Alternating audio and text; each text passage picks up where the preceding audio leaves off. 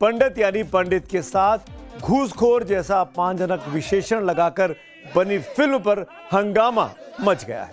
मनोज वाजपेयी जिस फिल्म घूसखोर पंडित में lead role में है, उस फिल्म पर आज मुकदमा हो गया। यह मुकदमा लखनऊ में हुआ और स्वयं मुख्यमंत्री योगी आदित्यनाथ के निर्देश पर हुआ। लखनऊ के हजरतगंज थाने में सामाजिक सद्भाव बिगाड़ने की कोशिश के आरोप में एफआईआर दर्ज की गई है। हजरतगंज पुलिस ने 3 बिंदुओं पर मुकदमा इस फिल्म पर किया है। पहला, जातिगत अपमान, दूसरा, सामाजिक आक्रोश और तीसरा, शांति भंग करने का प्रयास। हजरतगंज पुलिस के खुद संज्ञान लेकर फिल्म के डायरेक्टर और उनकी टीम के खिलाफ मामला दर्ज किया गया और जांच भी अब शुरू कर दी गई है। देखिए, जिस ढंग से फिल्मी दुनिया के लोग भारत की संस्कृति को और खासकर ब्राह्मण समाज को टारगेट कर रहे हैं, बहुत ही निंदनीय है। इस प्रकार के जो चलचित्र हैं वो समाज में प्रदर्शित नहीं होने चाहिए। इसकी मैं घोर निंदा करता हूं। इस प्रकार के चरित्र को वर्णन करना, इस प्रकार के शब्दों का प्रयोग करना किसी ऐसे समाज के लिए जिसने देश और समाज के लिए सर्वस्व न्यौछावर करने का काम किया है। भोपाल में तो ब्राह्मण समाज ने इस फिल्म के खिलाफ प्रोटेस्ट किया। उनका गुस्सा इस बात पर फूटा कि फिल्म के नाम में घूसखोर पंडित लिखकर ब्राह्मणों को अपमानित किया जा रहा है और ये काम करने वाले भी ब्राह्मण ही हैं। दरअसल फिल्म के डायरेक्टर नीरज पांडे हैं, जो कि ब्राह्मण हैं।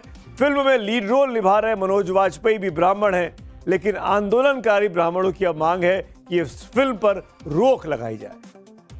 जो कलाकार है मनोज वाजपेयी और जो फिल्म बनाने वाला है वो नीरज पांडे, तुम्हें तो ब्राह्मण कहने पे भी हमें शर्म आ रही है, तुम्हारे तो ब्राह्मणत्व पे भी हमें शक है, तुम्हारा डीएनए टेस्ट कराना चाहिए। हमें तो शीर्षक और संवाद पे आपत्ति है। इनका जो शीर्षक है, संवाद है, ये अपना डिलीट करें, उसको हटाएं, तभी फिल्म चलेगी, वरना भोपाल, मध्य प्रदेश और भारत में ये फिल्म नहीं चलने देंगे। फिल्म को लेकर विरोध अयोध्या तक अब पहुंच गया है। वहां कई ब्राह्मण संगठनों ने इसे ब्राह्मणों के खिलाफ दुष्प्रचार माना। यहां तक कि संतों ने तो फिल्म के बहिष्कार की अब बात कर दी। क्या अन्य पंथ, मजहब, धर्म के लोगों को आप उसके नाम पर क्यों नहीं फिल्म बनाने का काम करते हो? आप क्या हिंदू सनातनियों को सहिष्णु समझ करके सनातनियों को टारगेट करने का काम करते हो? समाज में एक विध्वंसक जो है संदेश देने का काम करते हो, भ्रामक संदेश देने का काम करते हो। यह दुर्भाग्यपूर्ण है। मनोज वाजपेयी को शर्म आना चाहिए, क्योंकि मनोज वाजपेयी भी एक ब्राह्मण ही हैं और इस तरह से वो पंडित को घूसखोर साबित करना चाहते हैं। टाइटल क्या, उनको और कोई टाइटल नहीं मिला और कोई घूसखोर समाज में नहीं है। ऐसी स्थिति में पंडित घूसखोर नामक जो फिल्म आ रही है, इसका बाइकाट करना चाहिए। सभी समाज को इसका बाइकाट करना चाहिए। अब आपको इस फिल्म के बारे में बता देते हैं। फिल्म घूसखोर पंडित नाम है। ओटीटी प्लेटफॉर्म है नेटफ्लिक्स, उस पर यह रिलीज होने वाली है। लेकिन फिल्म में पंडित को घूसखोर बताने के खिलाफ दिल्ली हाईकोर्ट में याचिका भी अब लग गई है। उस याचिका में कहा गया है कि यह एक समुदाय की सामूहिक मानहानि है।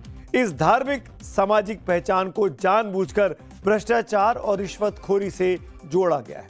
इसका मकसद पूरे ब्राह्मण समुदाय की सार्वजनिक प्रतिष्ठा को ठेस पहुंचाना है, क्योंकि पंडित शब्द ब्राह्मणों के लिए ही इस्तेमाल किया जाता है। एक पर्टिकुलर वर्ग को टारगेट किया यहाँ पे, वो गलत है। इसको मानते उन्होंने नाम चेंज करने की बात की है, साथ साथ जितना एडवर्टाइजिंग मटेरियल को हटाने की बात की है, लेकिन जब तक वो नहीं हटता, नंबर 1, और साथ साथ जो कंटेंट वेरिफिकेशन है वो बहुत ज़रूरी है इस मूवी का, क्योंकि कहीं ना कहीं पूरे वर्ग को, ब्राह्मण कम्युनिटी को टारगेट यहाँ पे आपने आक्रोश है, गुस्सा है फिल्म के खिलाफ और फिल्म में पंडितों के अपमान को लेकर योगी सरकार एक्शन में है, तो दलितों की पैरोकारी करने वाली बीएसपी सुप्रीमो मायावती भी ब्राह्मणों के सम्मान को लेकर अब मैदान में कूद पड़ी हैं।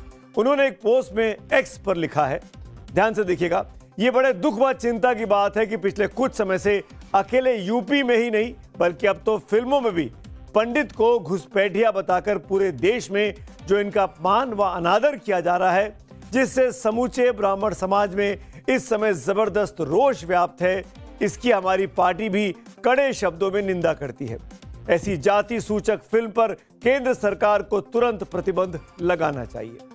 सिर्फ मायावती ने ही नहीं बल्कि धर्मगुरुओं ने भी फिल्म के ऐसे नाम पर ऐतराज जताया है और उन धर्मगुरुओं में मुस्लिम भी शामिल है।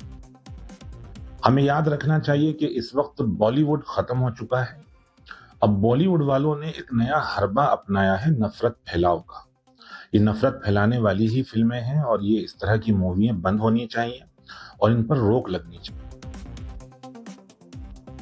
फिल्म के विरोध का, प्रोटेस्ट का, राजनीतिक हस्तक्षेप का, कोर्ट कचहरी के चक्कर का असर भी हो गया है।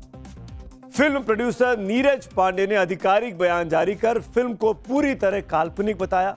साथ ही फिल्म का टीजर और उससे जुड़े सारे प्रमोशनल कंटेंट को नेटफ्लिक्स इंडिया के साथ साथ सोशल मीडिया अकाउंट्स और यूट्यूब से तुरंत हटा भी दिया गया है। नीरज पांडे ने सोशल मीडिया प्लेटफॉर्म इंस्टाग्राम पर एक पोस्ट लिखा, हम समझते हैं कि फिल्म के टाइटल से कुछ लोगों की भावनाएं आहत हुई हैं और हम उन भावनाओं का सम्मान करते हैं। इन्हीं बातों के मद्देनजर हमने फिलहाल फिल्म से जुड़ा सारा प्रमोशनल मटेरियल हटाने का फैसला किया है।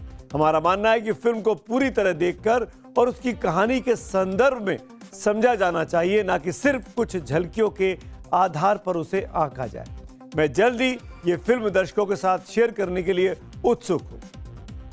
फिल्म घूसखोर पंडित में अभिनेता मनोज वाजपेयी एक भ्रष्ट पुलिस अधिकारी की भूमिका में निभा रहे हैं, ऐसा बताया जा रहा है, जिसका नाम अजय दीक्षित है और जिसे लोग पंडित के नाम से पुकारते हैं।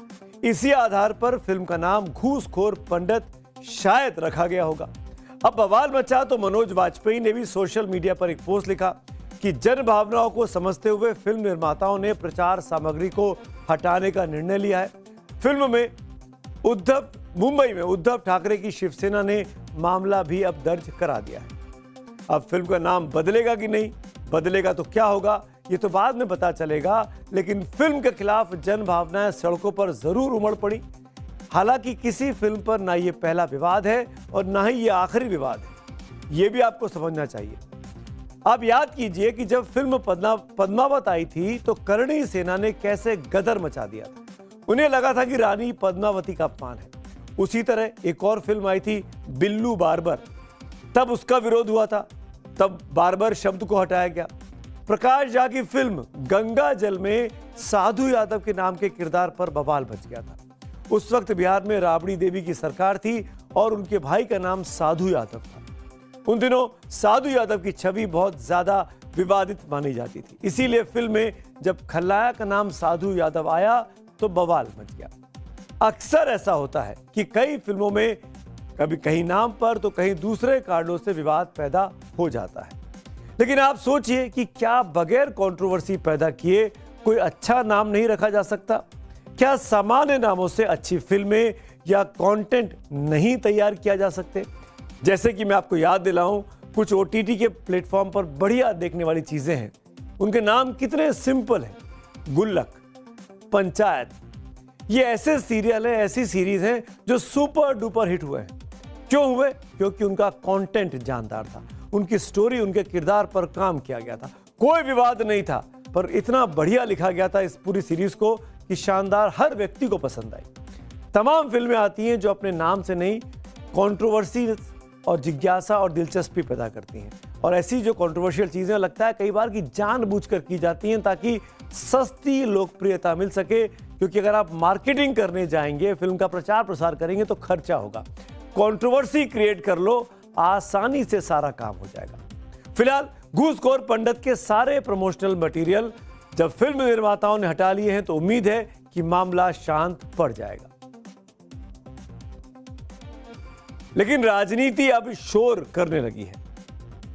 योगी आदित्यनाथ और मायावती के तुरंत एक्शन में आने को उनकी ब्राह्मण राजनीति से जोड़कर भी यूपी में देखा जा रहा है।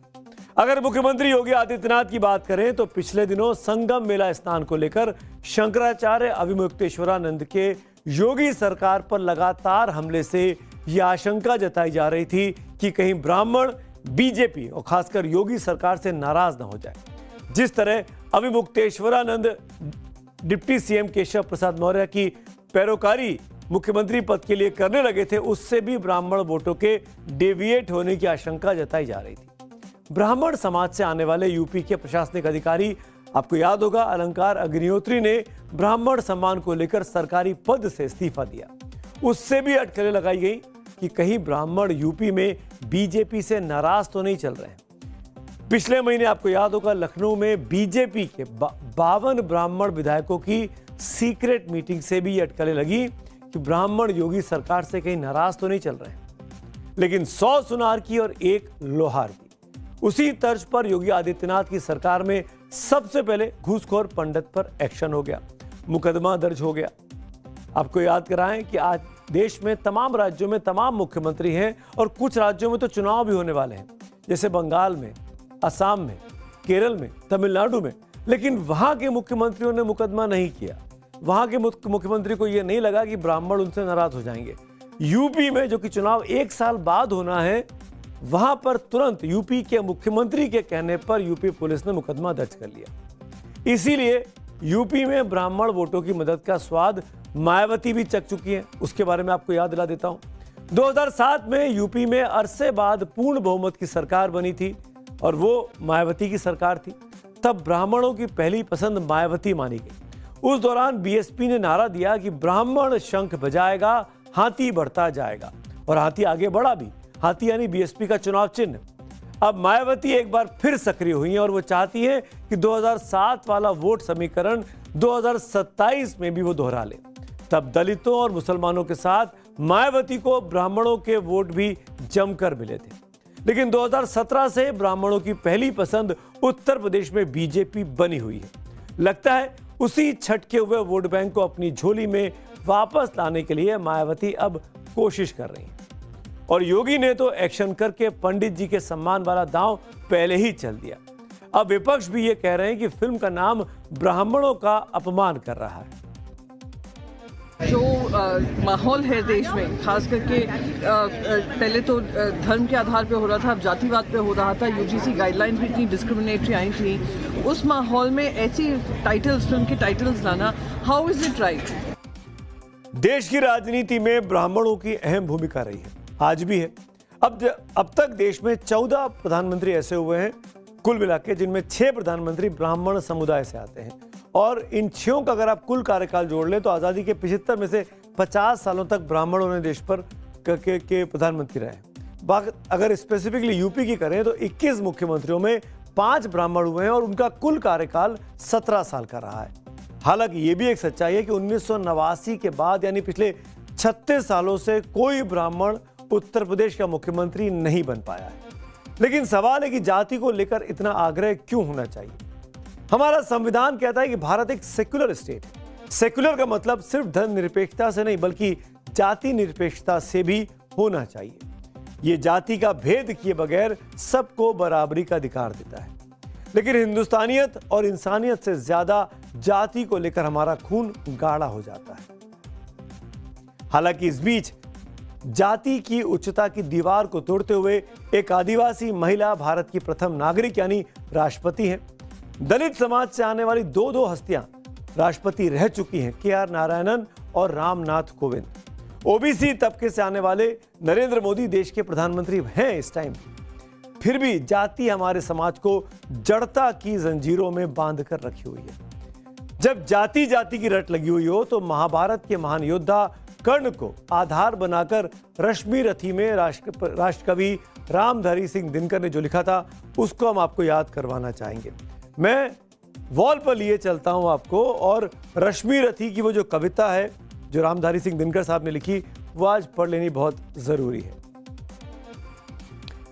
रश्मि रथी में रामधारी सिंह दिनकर ने जो लिखा उसको हम आपको याद करा दें।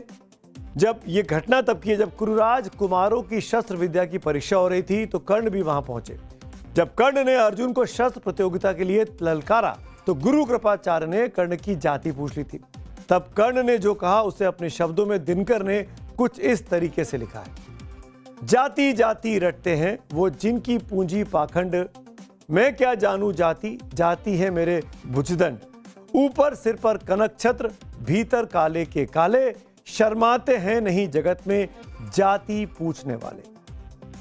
जिस देश में राजनीतिक पार्टियों का गठन जातियों के नाम पर हुआ हो, जिस देश की बड़ी बड़ी राजनीतिक पार्टियां जाति के नाम पर अपने उम्मीदवारों का चुनावों में चयन करती हो, जिस देश में आजादी के 75 साल बाद भी मेरी जाति और तेरी जाति की बात होती हो, तो फिर जातिवाद कैसे खत्म होगा? यानी जहरीली राजनीति के चलते अपने देश में जाति है कि जाति नहीं। For more of such videos, do like, share and subscribe to ET Now Swadesh.